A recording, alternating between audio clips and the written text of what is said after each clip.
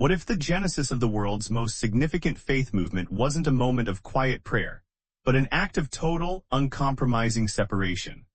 In the corridors of biblical history, we are often presented with a polished narrative of Abraham's obedience, yet we bypass the visceral reality of what that obedience cost. Why would the architect of the universe command a man to abandon not just his geographic borders or his economic comforts, but the very root of his identity, his father? This is not merely a family dispute. It is a strategic dismantling of a compromised legacy. Before the covenant could be established, a centuries-old cycle of spiritual and cultural stagnation had to be severed. To understand the Abrahamic accords of the soul, we must first investigate the man God had to remove from the equation, Terah. Terah is a name that lingers in the genealogies like a strategic failure. He is the man remembered not for the territory he conquered, but for the destination he never reached. In the records of Genesis 11, Terah appears briefly, a transitional figure in a bloodline of destiny. But beneath the text lies a darker geopolitical reality. The father of faith emerged from a household that was, by all intelligence reports, deeply embedded in the old world order. While we celebrate Abraham as a pioneer, we must confront the uncomfortable fact that his father, Terah, was a devoted practitioner of the very systems God sought to overturn. Joshua 24:2 makes a stunning declaration that echoes through the halls of history. Your fathers, including Terah, served other gods. This wasn't just a personal preference, it was a societal alignment. Terah was a man of Ur, a high-tech, high-wealth metropolis of the ancient world, and he was a loyal subject of its lunar deities. Ur of the Chaldeans was not just a city, it was a superpower of the Bronze Age.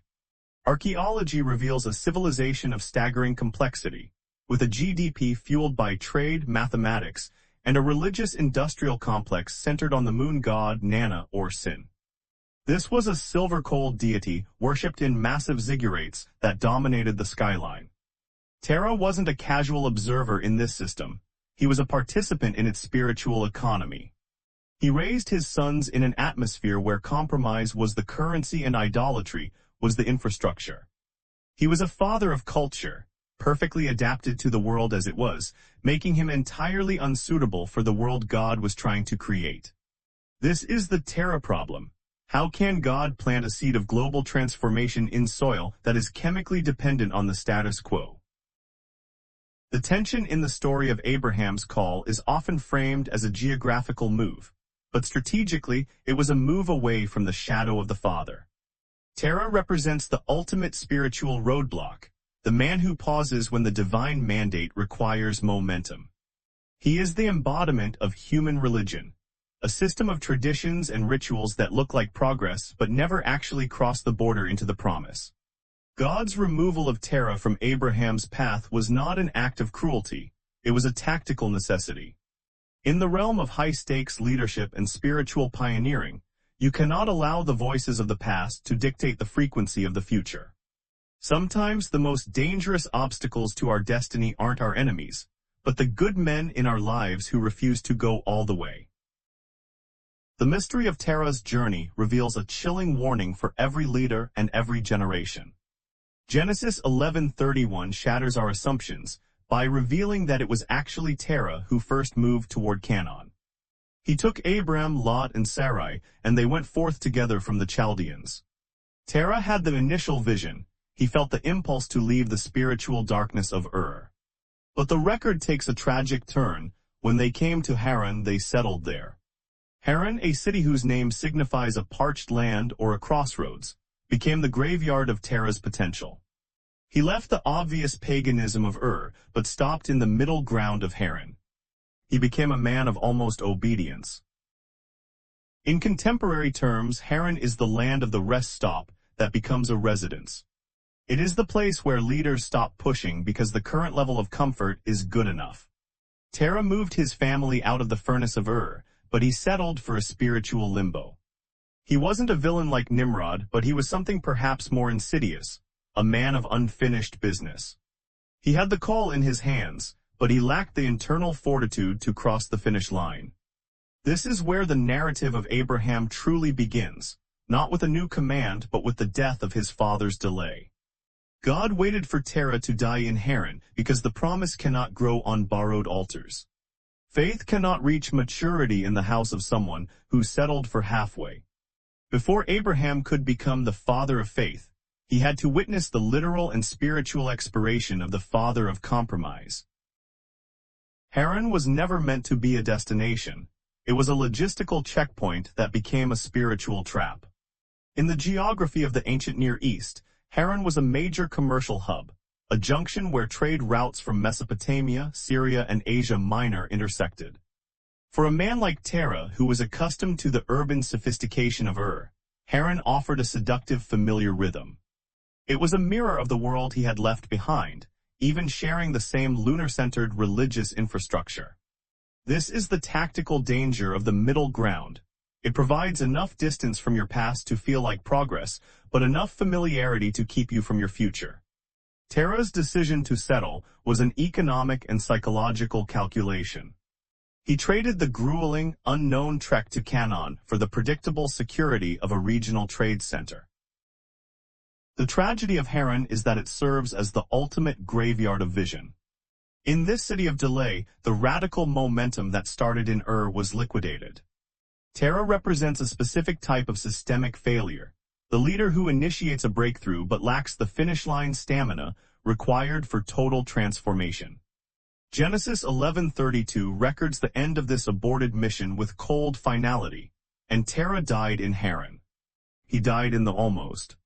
He died in a land that was neither his home nor his hope. This is a sobering analytical insight into the nature of generational stagnation. Partial obedience is not a slower form of success. It is a sophisticated form of failure. It doesn't matter how many miles Terah covered.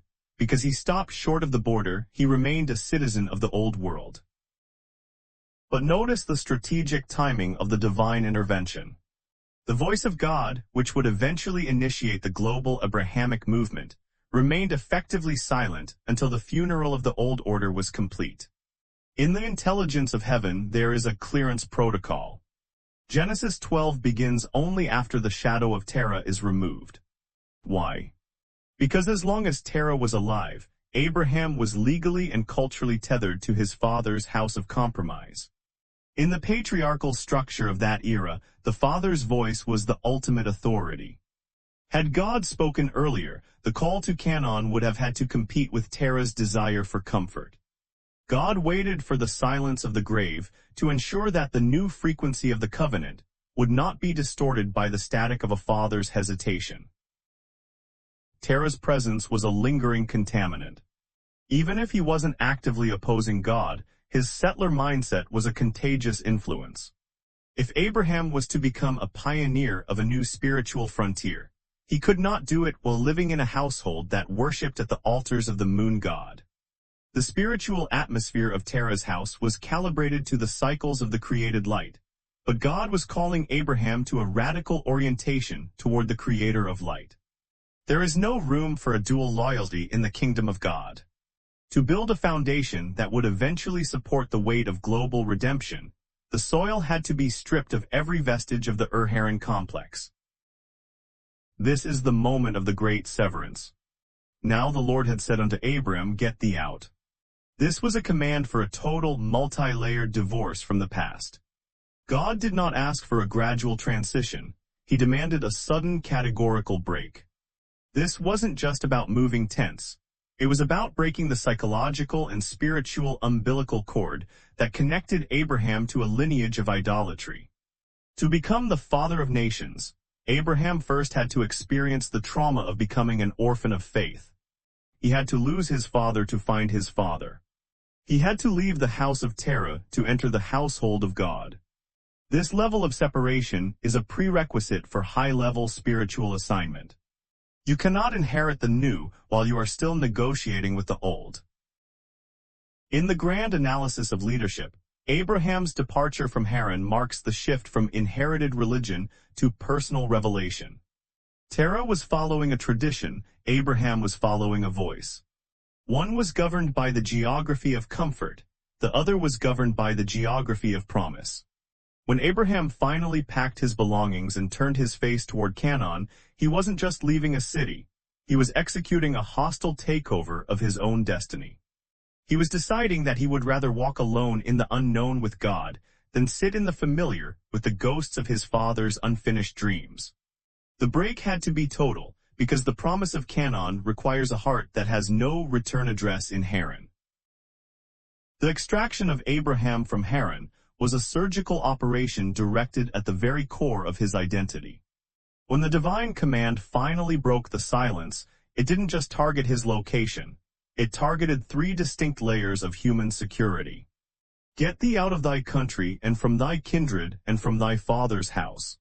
In the geopolitical and social reality of the Bronze Age, this was a death sentence. To leave your country was to lose your legal protection. To leave your kindred was to lose your social safety net. But to leave your father's house was to forfeit your inheritance and your history. God was demanding a total liquidation of Abraham's assets in the old world. Why? Because you cannot build an eternal empire on a foundation of compromised loyalty. The father's house was more than just a physical structure of mud bricks and timber in Haran. It was a complete socio-religious system. This house was the site of the teraphim, the household idols that functioned as both spiritual guides and legal deeds to the family's wealth. In Terah's house, the atmosphere was thick with the traditions of a heritage soaked in the worship of Nana, the moon god. To stay in that house was to remain under the jurisdiction of a dying order. God's demand for separation was a declaration that the covenant cannot coexist with the status quo. The blessing of the future cannot be born in the womb of a past that is comfortable with idols. Strategically, this severance was a move to purify the bloodline. In the high-stakes game of spiritual lineage, contamination is the greatest threat. Terah's life was an echo of the Mesopotamian religious-industrial complex. Even when he moved, he carried the static of his origins with him. If Abraham was to become a transmitter of God's voice to the nations, that static had to be silenced.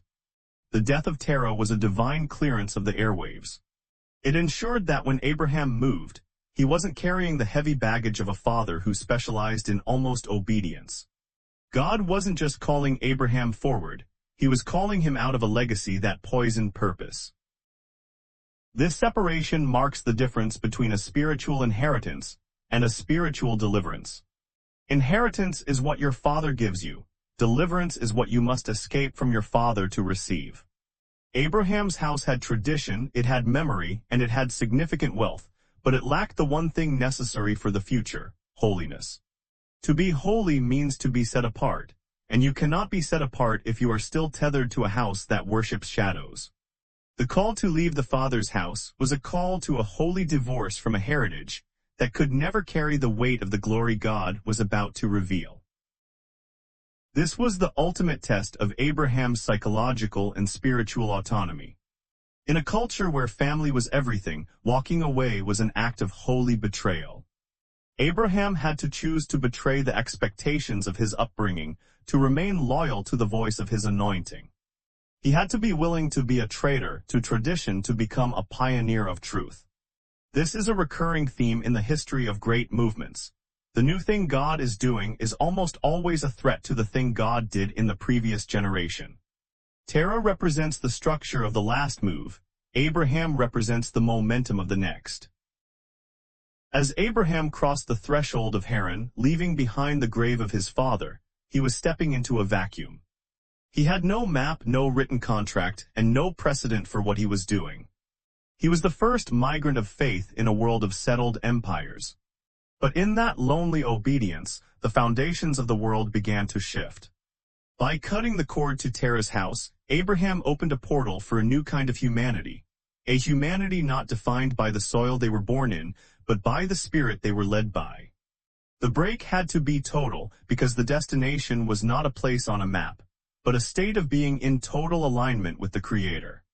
The shadow of Terah was finally left in the parched dust of Haran, as the man of the covenant turned toward the mountains of the promise.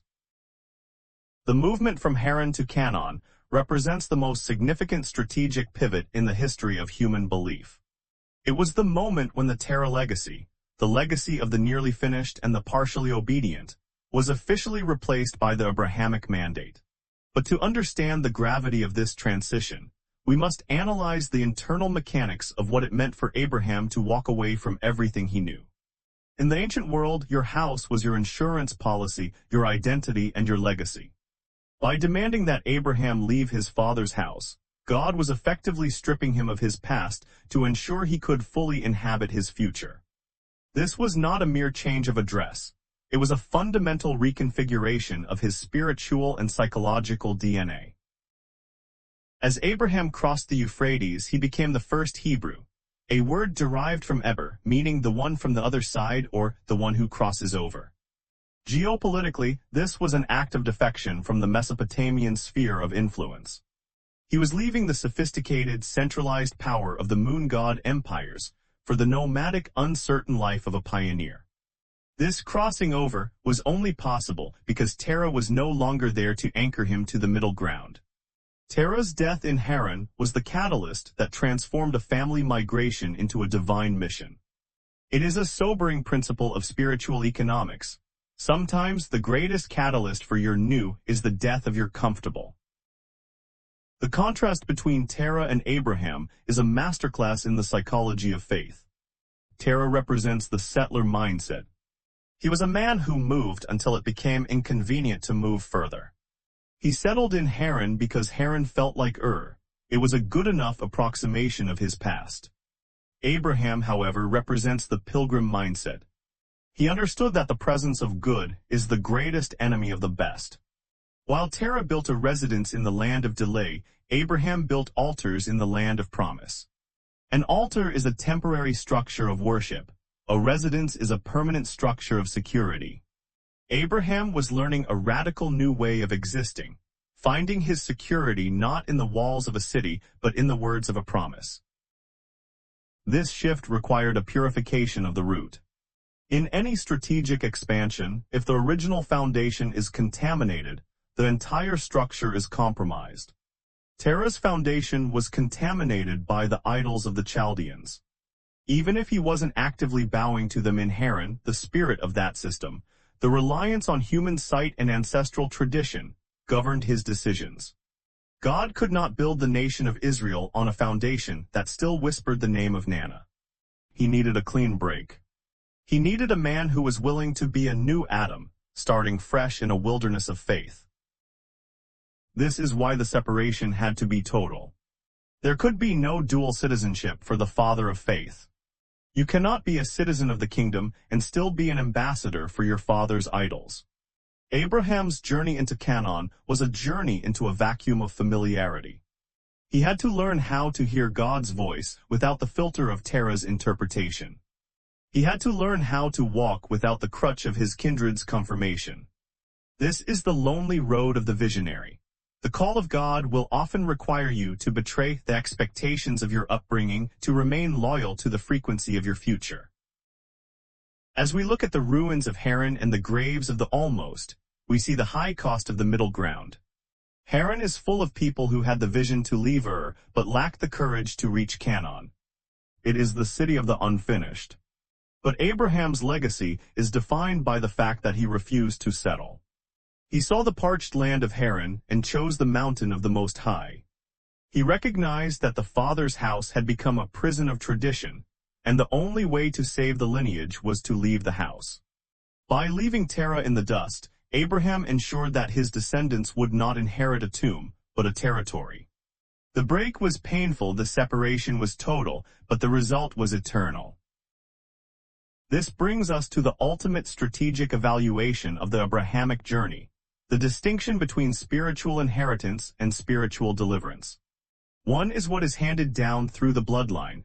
The other is what must be seized through the fire of personal conviction. When God commanded Abraham to leave his father's house, he was initiating a rerouting of the human family. He was moving the foundation of faith away from the contaminated soil of ancestral tradition and planting it into the fertile ground of absolute trust. Terah's house was a structure of memory, but Abraham's life became a structure of movement. To build an eternal nation, God had to strip away the pagan furniture of the past and start with a clean, empty room. The House of Terah in Haran remains a powerful psychological monument to the land of almost. Geopolitically, Haran was a junction that offered everything a man could need, wealth, trade, and familiar religious systems, but it offered no destiny. In the final analysis, Terah was not a failure because he was evil, but because he was comfortable. He represents every system, every institution, and every personal mindset that starts with the fire of a dream, but settles for the warmth of a fireplace. He is the cautionary tale of the settled soul. He moved close enough to the promise to see it, but stayed far enough away to never have to change for it. Abraham, by contrast, becomes the prototype for spiritual rebirth. He is the man who accepted the betrayal of his upbringing as the price of his anointing. This is a recurring intelligence pattern in the work of God. To become the new, you must often abandon the old, even when the old is family, culture, or comfort.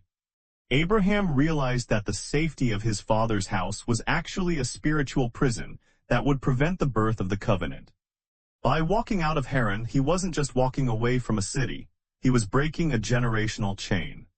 He was deciding that the story of his life would not be a sequel to his father's unfinished business, but a new volume entirely. Today, we find ourselves at the same intersection between Ur and Canaan. Somewhere between the old gods of our past and the unseen territory of our future, there is always a Haran, a place where the cost of going further feels too high. Haran is the seductive whisper that says, "You've done enough, you're better than you were, why risk the rest?" But the lesson of Terah is that almost obedience is simply a more comfortable form of disobedience. You cannot drag the weights of the old world into the atmosphere of the new one. You cannot carry the idols of your father's house into a land that demands pure altars. Abraham's greatness was not found in his perfection, but in his persistence. He refused to stop in the parched land. He understood that some inheritances must be forfeited, so that something greater can be received. He chose the mountain of the Most High over the ziggurat of the moon god. He chose the loneliness of the trail over the crowd of the crossroads. And because he chose to finish what his father only started, his name became the gateway through which every nation on earth would be blessed. The break was the beginning. The division was the delivery. So as we look at our own legacies and our own middle grounds, the question remains, who are you in this narrative? Are you the one settling in the familiar rhythms of your Haran, or are you the one daring to cross the Euphrates into the unknown? God is still in the business of separating, of calling out, and of purifying. He is still looking for those who will leave the shadow of the fathers to walk in the light of the Father. The journey to the promise always begins with a single difficult no to the past, so that you can say an eternal yes to your becoming. Haran still exists on the map of every human heart, but Canaan is still calling. The choice is yours, stay in the shadow or step into the story.